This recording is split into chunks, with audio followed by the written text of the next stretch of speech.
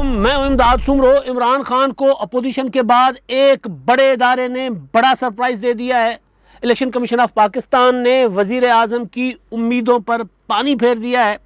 पंजाब इमरान खान के हाथ से निकल चुका हुआ है।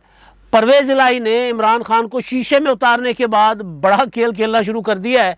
अब इमरान खान पंजाब में अपनी सियासत बचाने के चक्कर में सुप्रीम कोर्ट में समाअत है अज खुद नोटिस केस की, आईनी बहरान, स्पीकर की रूलिंग, डिप्टी स्पीकर की रूलिंग और उसी रूलिंग के साइडलाइंस पर होने वाले झगड़े, यानी उसी रूलिंग कह रहा हूँ, उसी समाअत की साइडलाइंस पर होने वाले झगड़े फवाद चौधरी और मतीउल्लाह जान के दरमियान तलख कलामी। बल्कि फवाद चौधरी ने मतीउल्लाह जान पर इल्ज़ामात आयद किए, जिसके बाद हो गई लड़ाई, जिसके बाद हो गया झगड़ा।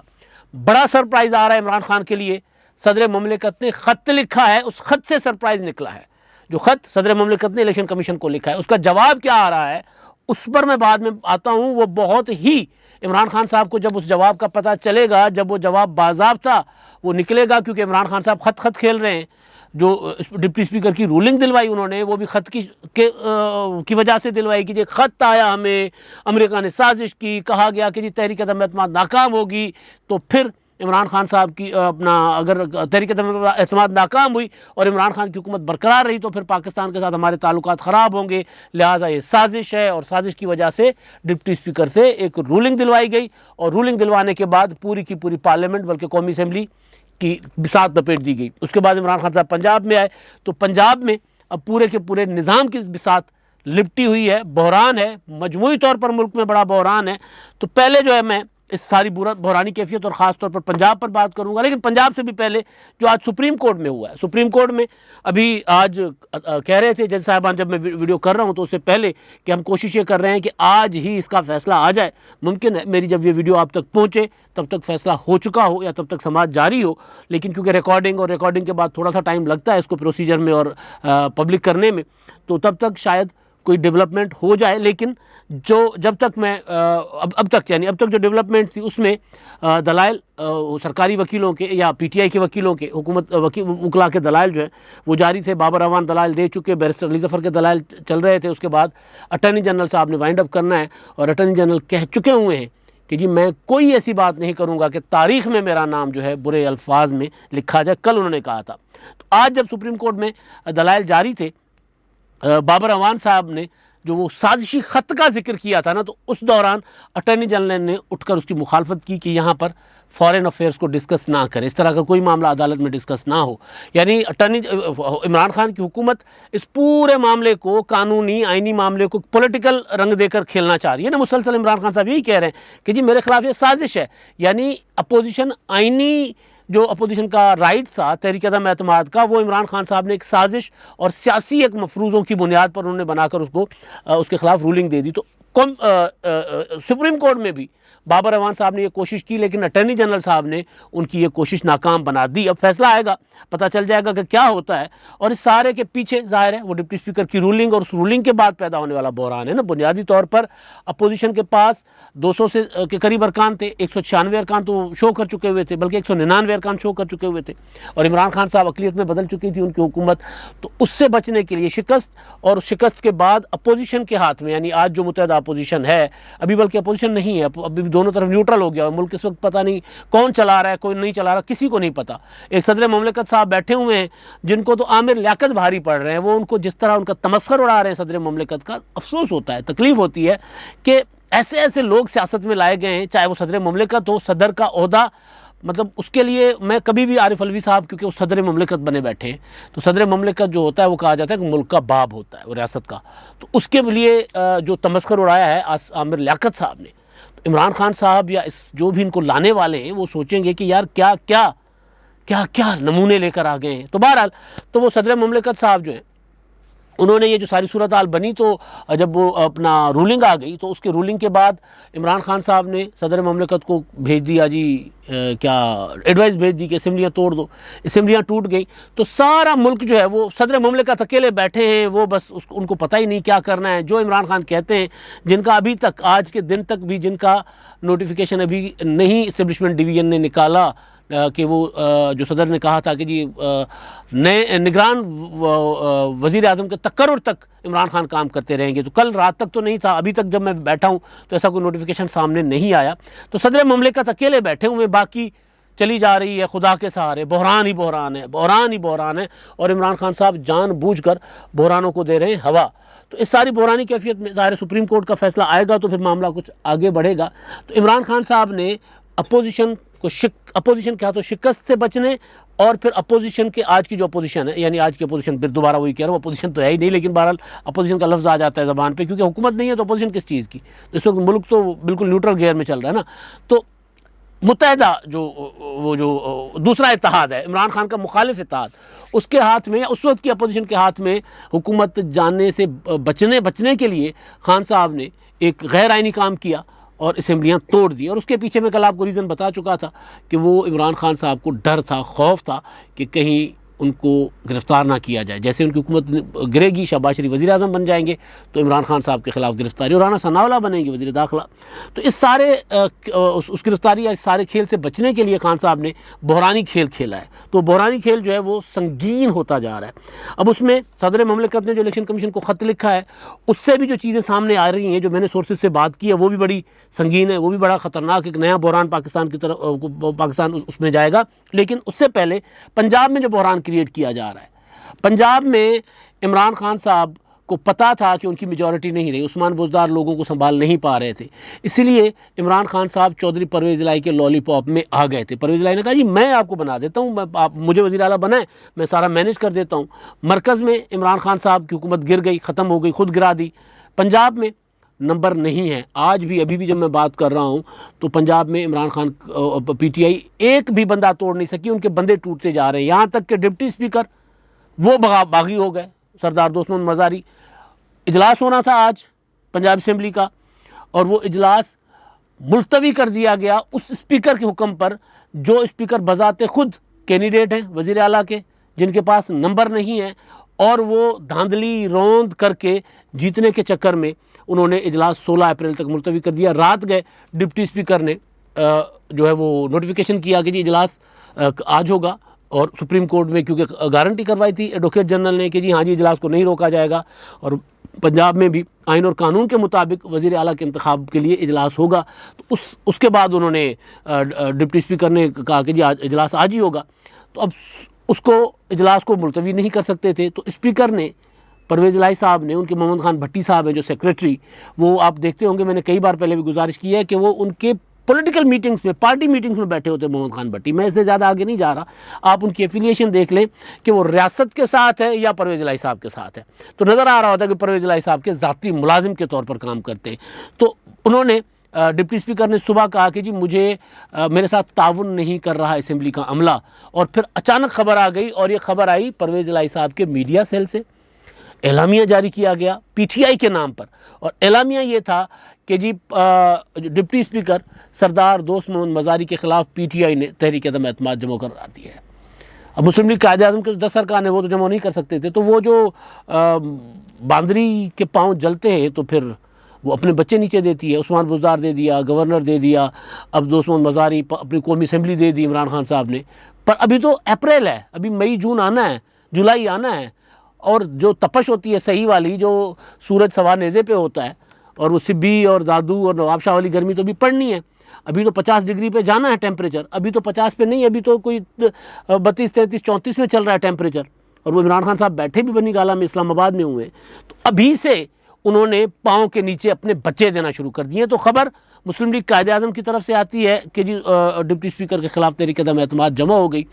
अच्छा, उसके बाद फिर खबर आती है कि स्पीकर के ख़िलाफ़ भी तहरीक अदम एतमाद जमा हो गई। अब डिप्टी स्पीकर के ख़िलाफ़ जो हैं दोस्त मोहम्मद मज़ारी साहब, इनके ख़िलाफ़ तहरीक अदम एतमाद जमा करने के पीछे जो रीज़न थी, बेसिक पॉलिटिकल स्ट्रेटजी थी, वो ये थी कि वो अब क्योंकि स्पीकर खुद कैंडिडेट हैं, तो वो तो अब ऐवान की कार्रवाई नहीं कर सकते, वो तो उस तरह मुदाखलत नहीं कर सकते।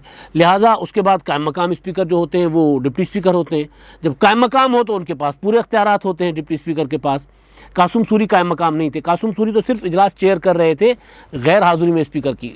तो बहरहाल अब जो डिप्टी स्पीकर को रोकने के लिए उन्होंने उसके खिलाफ तहरीक एतमाद जमा करवा दी ताकि उनके पास भी इख्तियार ना हो और मामला जो है बहरान, या तो हम वज़ीर आला बने या बहरान ही बहरान हो, बहरान ही बहरान हो। पंजाब बहरान का शिकार।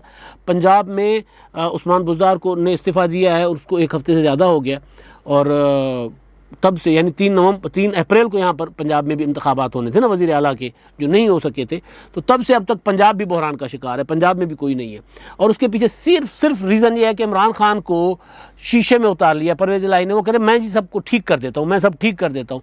कल गवर्नर हाउस में जो मीटिंग हुई थी पार्लियामानी पार्टी की, PTI के पास अपने अरकान थे 183 कौमी से पंजाब असम्बली में, और इस जो इत्तेहाद था इनके पास मजमूई तौर पर 196 या 198 अरकान थे पंजाब में, और वहाँ बैठे हुए थे गिनती के 50-60।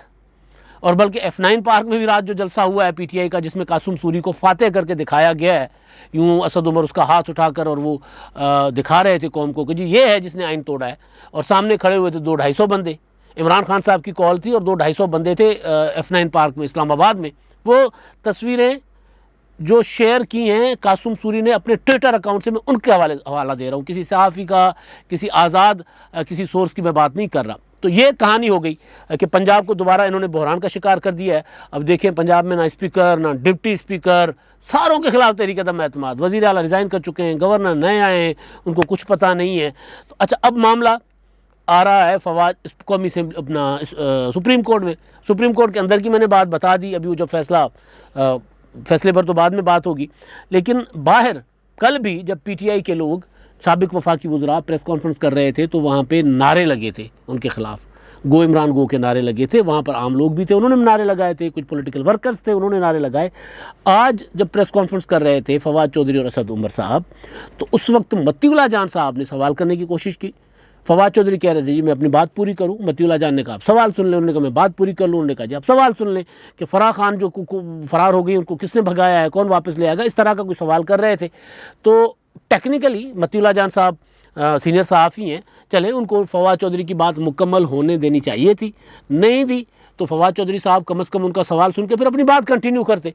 फवाद चौधरी ने क्या किया, फवाद चौधरी ने कहा कि तुम किराए पर आते हो, तुम कमांडो, पता नहीं अजीब ज़ाती हमले करना शुरू कर दिए। वो सवाल पॉलिटिकल कर रहे थे, उन्होंने ज़ाती हमला करना शुरू कर दिया, जिस पर फिर बहुत ज़्यादा वहाँ पर हुआ अपना बदमज़गी हुई और उन्होंने बाइकआउट किया, नारे लगाए। फवाद चौधरी को कहा माफ़ी मांगो वरना प्रेस कॉन्फ्रेंस नहीं होगी। तो फवाद चौधरी साहब कह रहे हैं कि तुम सहाफ़ी नहीं हो।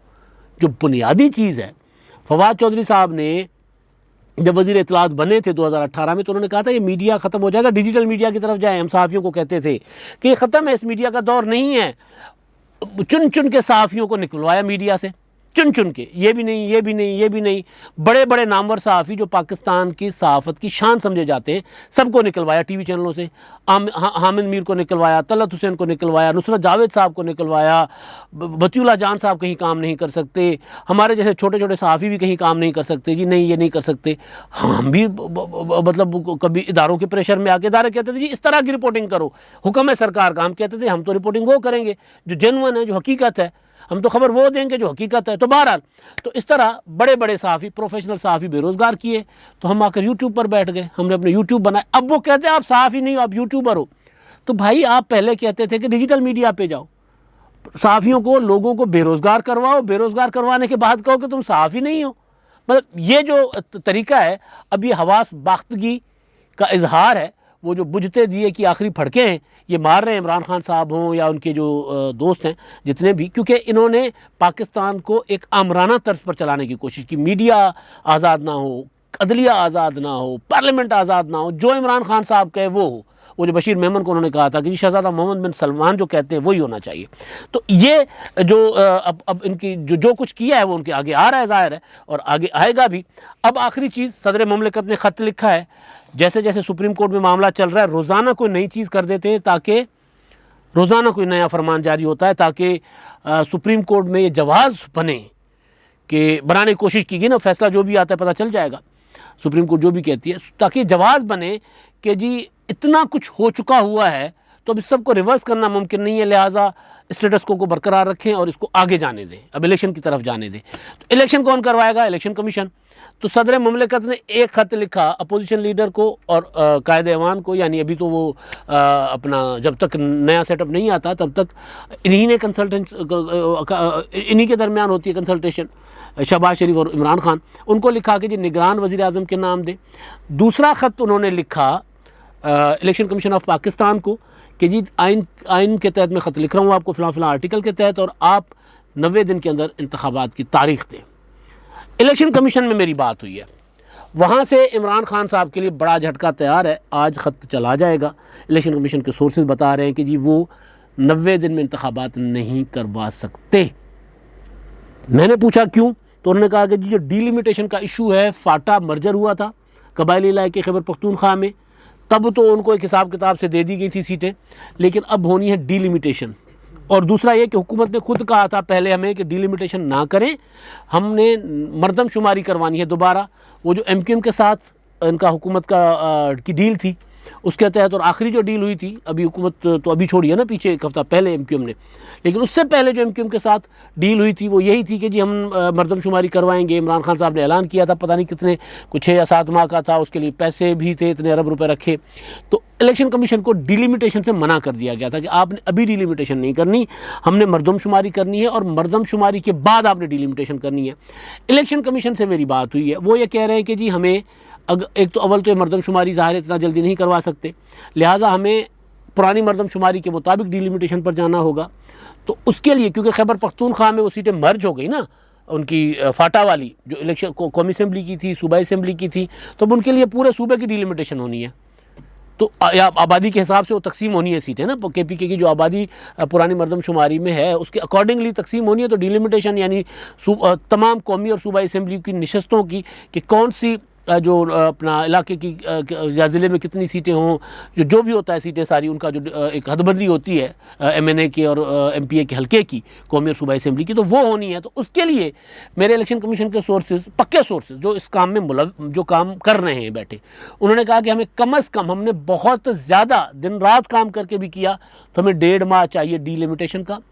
तो उसके बाद हम 90 दिन और लेंगे, यानी 4.5 माह से पहले तो हम इलेक्शन नहीं करवा सकते। तो मैंने पूछा कि जी क्या आपको इसमें जो होता है वो आइन और कानून में इसकी गुंजाइश है। तो उन्होंने कहा कि जी हम हालात का तकाजा हो अगर, तो फिर हमें आइन पाबंद नहीं करता, हम ज़्यादा वक्त ले सकते हैं। एक तो ये है, तो इसके लिए ये कोई बहुत बड़ा झटका नहीं है, चले 1.5 माह आगे इलेक्शन चले जाएंगे अगर सुप्रीम कोर्ट अपहोल्ड रखता है ये जो रूलिंग, अगर सुप्रीम कोर्ट में बरकरार रहती है, जो अभी इमरान खान साहब चाह रहे हैं इंतखाबात, उस हवाले से मैं बात कर रहा हूँ। दूसरा, इमरान खान साहब क्यों फ़ौरन इंतखाबात में जा रहे हैं, वो ओवरसीज़ पाकिस्तानियों का वोट चाहते हैं कि वो मिले उनको। 2 उन्होंने चीज़ें की थी, EVM, ओवरसीज़ का वोट यानी वोटिंग, तो वो उस पर अपना वोटिंग, तो उस पर मेरी बात हुई कि जी अपना EVM तो ज़ाहिर है नज़र आ रहा है कि नहीं होगा। इमरान खान का भी कोई इतना ज़्यादा फोकस नहीं है EVM पर, इमरान खान का फोकस था ओवरसीज़ के वोट पर। तो मैंने सवाल किया कि ओवरसीज़ का वोट, तो उन्होंने कहा वो नहीं हो सकता इन इंतखाबात में। तो इमरान खान साहब के जो उम्मीदें हैं उस पर इलेक्शन कमीशन पानी फेरने जा रहा है। जो सदर का ख़त था वो आज शाम तक सदर तक को उसका जवाब मिल जाएगा या कल तक जवाब मिल जाएगा। आज वहाँ पर उसकी तैयारी हो रही थी इलेक्शन कमीशन में, मेरे सोर्सेज कह रहे हैं। तो लिहाजा इमरान खान साहब जो चाह रहे थे कि जी 3 महीने के अंदर अंदर इंतखाबात हों, और वो पॉपुलर हैं और अपोजिशन को टाइम नहीं मिलेगा, तो ये जो अपनी मैंने तैयारी कर ली है और रोज़ाना सियासी कमेटी में बैठकर मैं अपने कैंडिडेट्स की भी वो कर रहा हूँ, अपना उम्मीदवार भी नामज़द कर रहा हूँ। और तो ये सारा तो इमरान खान साहब, बल्कि कल तो दिलचस्प सूरत हाल हुई, चौधरी परवेज़ इलाही साहब को साथ बिठा के इमरान खान साहब PTI के लोगों को कह रहे थे कि जी पिछली बार गलतियाँ हो गई थी, हमने टिकट सही नहीं दिए थे लोगों को, इसलिए लोग जो है हमें छोड़कर चले गए, गद्दार निकले। इस बार हम नज़रियाती लोगों को टिकट देंगे। परवेज़ इलाही साथ बैठे हुए हैं, उस्मान बुज़दार साथ बैठे हुए हैं, तो इस बार हम नज़रियाती लोगों को वो टिकट देंगे। तो बहरहाल तो इमरान खान साहब ये समझ रहे थे कि जी जिस तरह जो इमरजेंसी में इंतखाबात होंगे, तो मैंने अपना एक बयानिया गद्दारी का बना लिया है, तो गद्दारी के बयानिए से निकल कर मैं इंतखाबात करवा के 2/3 लोग मेजॉरिटी ले सकता हूँ, और दूसरा बाकी जो कसर होगी वो ओवरसीज़ के वोट से हो जाएगी पूरी। तो इलेक्शन कमीशन ने कहा कि नहीं जी, हम ऐसा नहीं कर सकते, ना ओवरसीज़ का वोट अभी ले सकते हैं, ना हमारे पास सिस्टम है उसका, और ना ही हम 90 दिन के अंदर इंतखाबात करवा सकते हैं, क्योंकि फाटा मर्जर की डीलिमिटेशंस जो है वो अभी होनी है। अब तक के लिए इतना ही। अल्लाह हाफ़िज़।